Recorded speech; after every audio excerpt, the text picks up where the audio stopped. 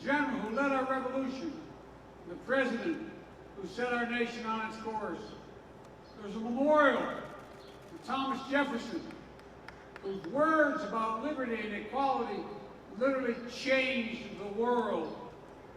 And across the tidal basin, from the Jefferson Memorial, there stands Dr. Martin Luther King Jr., his arms crossed, his eyes fixed ahead toward the promised land where equality is not only an aspiration, but a reality.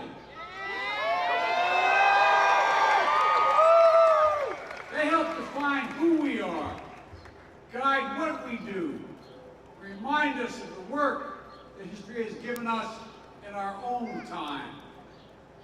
This year, the 4th of July is a day of special celebration, where we are emerging from the darkness of years, a year of pandemic and isolation, a year of pain, fear, and heartbreaking loss. Just think back to where this nation was a year ago. Think back to where you were a year ago. And think about how far we've come. From silent streets to crowded parade routes lined with people waving American flags. From empty stadiums and arenas to fans back to their seats cheering together again. From families pressing hands against a window to grandparents hugging their grandchildren once again. We're back traveling again. We're back seeing one another again. Businesses are opening and hiring again.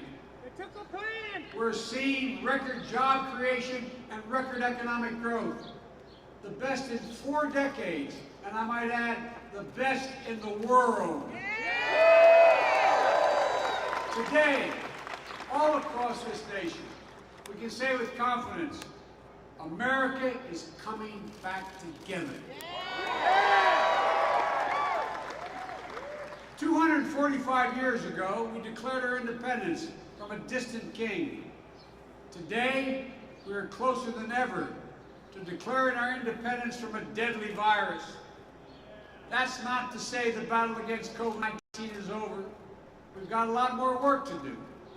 But just as our declaration in 1776 was not a call to action, not a reason for complacency or a claim of victory, was the call to action. The same is true today. Back then, we had the power of an idea on our side. Today, we have the power of science. Thanks to our heroic vaccine effort, we've gained the upper hand against this virus. We can live our lives. Our kids can go back to school. Our economy is roaring back. Don't get me wrong, COVID-19 has not been vanquished. We all know powerful variants have emerged, like the Delta variant. But the best defense against these variants is to get vaccinated.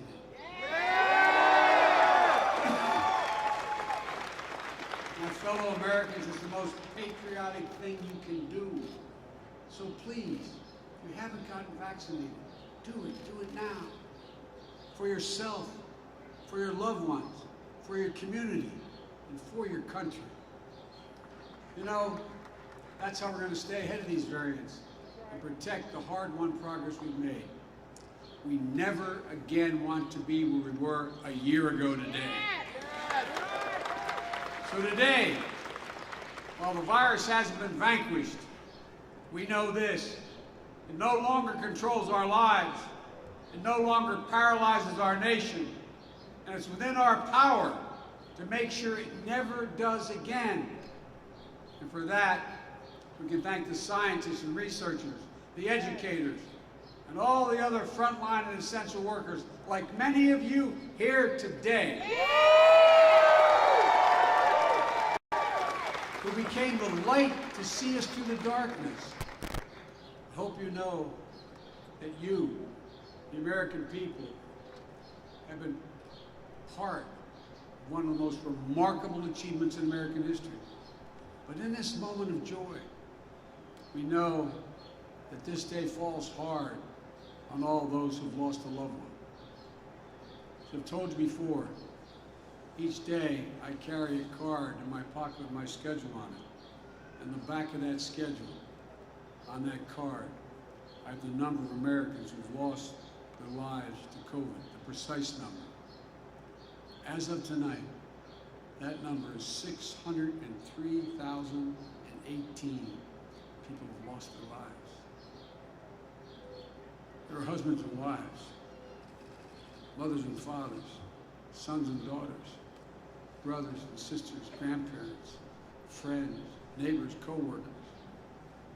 And we also remember all those who lost this year, that we lost, and families lost to other causes of death, and cruel twists of fate. They too left behind loved ones, unable to grieve or mourn or find closure. Each of them meant the world to someone they left behind. And those of you who've been through all this know that to heal, you have to remember. We have to remember them. And we will. We'll commit to always remember them. That's what we'll do. I've long said that America is unique. Unlike every other nation on earth, we were founded based on an idea. We hold these truths to be self-evident, that all people are created equal, endowed by their Creator with certain unalienable rights, among them life, liberty, and the pursuit of happiness. And while we've never fully lived up to those words, we have never given up on them. They continue to animate us, and they remind us what at our best we as Americans believe.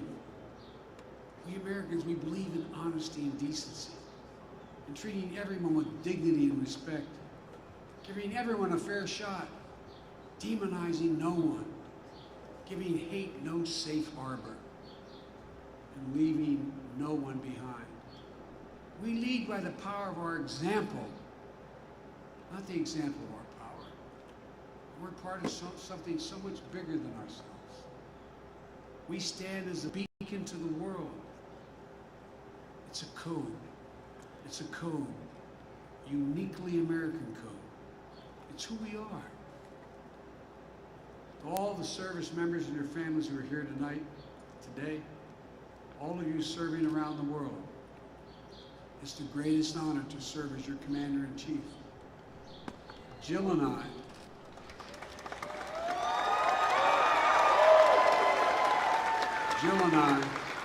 and our entire family, thank you for your service and sacrifice. Like so many military families, thinking of the loved ones who served, we think of our son Bo today. You're all part of a long chain of patriots who pledged their lives and their sacred honor in defense of this nation and democracy around the world, for freedom and fair play, for peace and security and opportunity, for the cause of justice, for the soul of America itself. But the defense of all that we love doesn't fall on your shoulders alone. It falls on all of us, every one of us, every American. Each day we're reminded there's nothing guaranteed about our democracy, nothing guaranteed about our way of life. We have to fight for it, defend it, earn it. Folks, it's up to all of us to protect the right to life, liberty, and the pursuit of happiness, the right to equal justice under the law, the right to vote and have that vote counted, the right to breathe clean air, drink clean water, and know that our children and grandchildren will be safe on this planet for generations to come. The right to rise in the world as far as your God-given talent can take you, unlimited by barriers of privilege or power. One of the great gifts of the spirit of independence, and think about this, one of the great gifts is our capacity to see ourselves whole and see ourselves honestly. What we've gotten right, what we've gotten wrong. It's a measure of the greatness of America, and we are a great nation. We don't seek to bury the wrongs. We face it. We work to make it right. You know, history tells us that when we stand together, when we unite in common cause, when we see ourselves not as Republicans or Democrats, but as Americans, then there's simply no limit to what we can achieve. None. And today, we see the results of the unity of purpose. The unity of purpose in forging in our nation, we're forging in our nation. For together, we're beating the virus. Together, we're breathing life into our economy. Together, we will rescue our people from division and despair. But together, we must do it. Over the past year, we've lived through some of our darkest days. Now, I truly believe, I give my word as a Biden, I truly believe we're about to see our brightest future. Folks, this is a special nation, a great nation. And there is a timeless truth about America. The most powerful idea in the history of the world, in the hearts of the people of this country. It beats in all our hearts. No matter your race or ethnicity, no matter your gender identity or sexual orientation, no matter your disability, no matter your faith, it beats in the hearts of rich and poor alike. It unites America. Whether your ancestors were native to this land or brought here forcibly and enslaved, whether you were immigrants from generations back like my family that came from Ireland, or you're coming here today looking to build a better life for your family like our fellow Americans I just swore in the White House 2 days ago.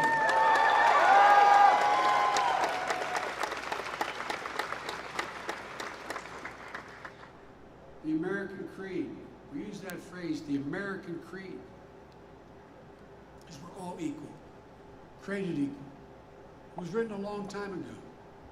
But the genius is that every generation of Americans has expanded it wider and wider to include those who were excluded before. That's why it's never gathered dust in our history books. It's still alive today. Alive in our hearts, alive in the work of our hands, alive not only in the history we read, but in the history we're making. My fellow Americans, now, we are the guardians of that very idea of America. It's up to us to save it, to preserve it, to build on it. And I know we will. On this sacred day, I look out to those monuments on our National Mall and beyond them, into the hearts of our people across the land. And I know this, it's never, ever been a good bet to bet against America. Never. We just have to remember who we are. We are the United States of America. And there's nothing we can't do if we do it together. Folks, happy 4th of July, America. God bless you all, and may God protect our troops. Thank you, thank you, thank you.